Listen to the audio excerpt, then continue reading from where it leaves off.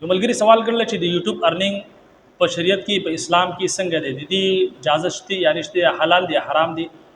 ظاهر خبره ده، نه سبا کې د سوشل میډیا دور دی او د سوشل میډیا بیا مختلف پلیټ فارم دي، دغه په ذریعہ باندې ډېر چې خلک لګیا دي ارننګ کې کمایي کوي. نو پته کې یوټیوب هم دی او ډېر چې خلک داسې یوټیوب نه کمایي کوي لګیا دي او ډېر چې خلک داسې چې هغه یوټیوب طرف ته راته غواړي او د یوټیوب په ذریعہ باندې کمایي کول غواړي، لیکن هغه په دې حواله سره دا معلومات کول غواړي چې آیا د یوټیوب چې کوم ارننګ د کمایي دا د شریعت کې په اسلام کې جایز ده نه جایز ده. په دې حواله سره یاد وساتئ د علماء دوه موقف دي. دا ویډیو مکمل وګورئ چې کله تاسو ته دا دواړه موقف مخې دراله نو بیا تاسو فیصله کولای شئ. نو ویډیو سره مکمل وګورئ. یو طرف ته هغه علماء چې هغه د موبایل چې کوم کیمرا د دې ویډیو ته غنا جایز او حرام دي. څنګه چې عام تصویر حرام دي دغه شانتي هغه چې دا هغه تصویر په حکم کې راځي، څنګه چې عام تصویر دی هغه حرام دي په اسلام کې، دغه شانتي د موبایل چې تصویر دی یا ویډیو ته دا حرام دي. دا په نزي ظاهر خبره چې اولنی سټپ ته هغه کې ناجایز او حرام دي، مخې د چې مراحل دغه خو بیا حرام دي. بل تر ته هغه علما دي چې هغه دا فتوا ورکړي چې د دې عام تصویر په حکم کې د موبایل چې کوم دا تصویر دی ویډیو د عام تصویر په حکم کې نه راځي، ځکه چې دا په یو ځای باندې قرار دي ته حاصل نه دي، څنګه چې عام تصویر هغه چې کوم د تراخلي پلاس کې هغه ته وجود حاصل نه دغه شانتي د موبایل چې کوم ویډیو د تصویر هغه ته وجود حاصل نه دي. د دې مثال د شیشې د څنګه چې انسان په شیشه کې ګوري نو دغه شانتي یا دغه شانتي په بو کې انسان ګوري، انسان شکل چهره ښکاریږي، حرکت کې غبه کې ښکاریږي. نو دغه علما فرمایي چې د دې څه وجود نشته په دې وجه باندې د عام تصویر په حکم کې د ناراضي په دې حواله سره وایي چې بھائی د موبایل چې کوم کیمرا دا یا ویډیو دا دغه په ذریعہ باندې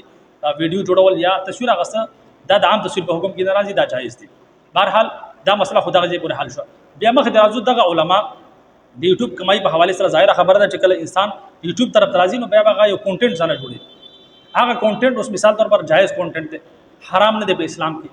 اوس مثال طور پر په اسلام کې بدکاری یا دغه شان دي فحش گوئی یا فحش ویډیو نه دا په اسلام کې ناجایز او حرام دي. انسان دغه سره چې هغه دغه ویډیو نه ورګي هغه ناجایز او حرام دي، ځکه چې په قران مجید کې الله حضرت واضح فرمایلی ان الذين يحبون ان تشيع الفاحشه بالذين امنوا لهم عذاب اليم في الدنيا والاخره.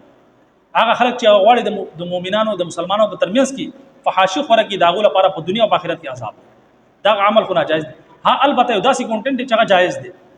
اسلامي کنټینټ یا نور داسې کنټینټ ډاکټري په حواله سره یا انفارمیشن په حواله سره یا خبرونو په حواله سره یو داسې کنټینټ چې هغه په اسلام کې جایز دی، نو هغه حواله سره تاسو ویډیو ورکول شي. بیا مخې ترازو د دې د کمای په حواله سره چې کله دا چینل بیا مونټایز شي نو په دغه وخت کې دا چینل والا او دغه چانتي یوټیوب کمپنی چې دې واپس کی یو اګریمنٹ کې معاهده کی، نو په دغه کې بیا تاسو د اختیار حاصل لې چې ته د داولي کې چې زما په چینل باندې ظاهر خبره دغه چې کم تا پیسې درکې هغه بتا تا چې کوم اشتهارات چلی دا هغه پیسې به نیمه ځانک دي نیمه تعالی درکې کچره هغه اشتهارات جایز وي نه دي حلال شي ضروري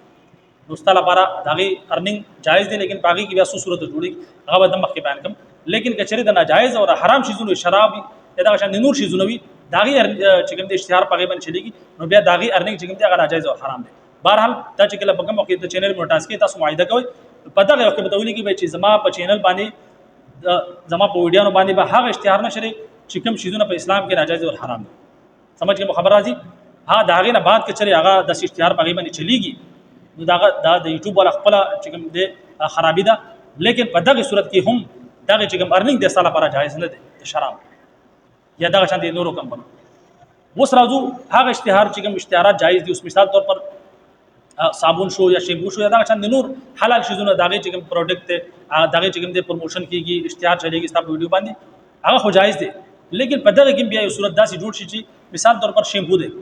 او شیمپو خو بذات خود جایز دی، لیکن دغه چې کوم پروموشن کیږي هغه غلط طریقې سره کیږي، یعنی اوس داسې جنې چې هغه بربنده ده او جسم اخکاریږي هغه چې کوم د ځان شیمپو کې دغه اشتهار کاریږي. نو په دغه حواله سره بیا علما فرمایي چې دا پروډکټ خو بذات خود جایز دی، د دې چې کوم ارننګ دغه خو جایز دی، لیکن کوم طریقې کار دی دا غلط دی. څنګه د دې مثال تاسو دا در کومه، اوس مثال طور پر د موبایل یو دکان په هغه کې یو کس راولګي ډېر شي تاسو به کتلی چې د ګراک جوړول لپاره هغه خسته جنګي کېدولي چې ګراک اوس مثال طور پر یو طرف ته وګوري الته کې بالاکان ناسینو الته کې د چې کوم چوټورا لکان دي هغه الته کې نزي، بلکې هغه کوشش دغه کې چې بای چې کوم ځای دغه جنین سره خسته هغه دکان ته لاړ شي. نو چونکه دا کاروبار خو جایز دی، لیکن دغه چې کوم طریقې کار لري دا ناجایز دی. سمجھ کې خبر راځي؟ دغه شان دي کوم د اشتهار چې کوم دی د دې چې کوم دا اصل مقصد دی هغه حلال پروډکټ چې کوم دی دغه اشتهار کاری کولی، لیکن چې کوم طریقې کار دی دا غلط دی. په دغه وجه علماء فرمایي چې دغه اشتهار ارنی خو جایز دی لیکن البته چې په دې کې نامحرم جنکې رالی او چې کوم د خپل چې ستر یا دغه شان دي جسم چې کوم د نمایش به کړل نو په دغه وجه باندې دغه فحاشي په وجه باندې دغه چې کوم ارنینګ دی ظاهره خبر ده حلال شي چې کوم دی هغه پر چې کوم پروموشن دغه کی لیکن طریقې کار غلط نه په دغه وجه باندې علما فرمایي چې پکار دار چې هغه چې کوم ارنینګ دی دغه چې کوم 10% یا 5% یا 10% چې کوم دی هغه په اخر کې وباسي چې ګل تاسو ارنینګ راشي دغه چې کوم 10% نه